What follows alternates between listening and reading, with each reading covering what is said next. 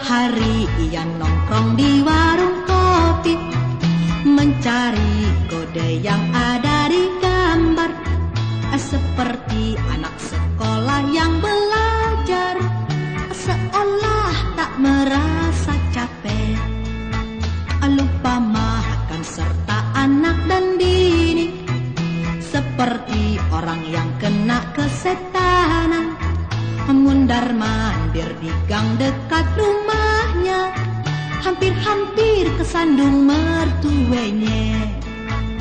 Itulah kerjanya Bang Marun Tersai, dari rumahnya lagak ke kantor, tapi hanya sampai di warung kopi, kalau kalah ngomelin bininya.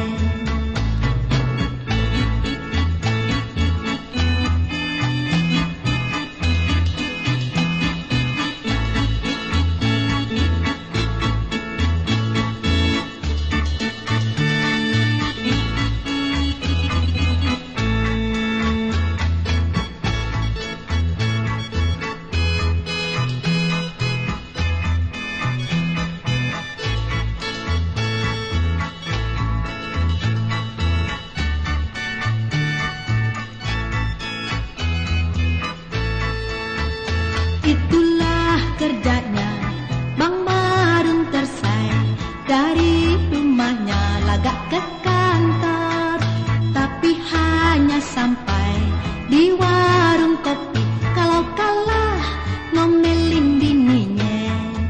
Nggak kena nih, ngomel-ngomel aja. Acuin aja.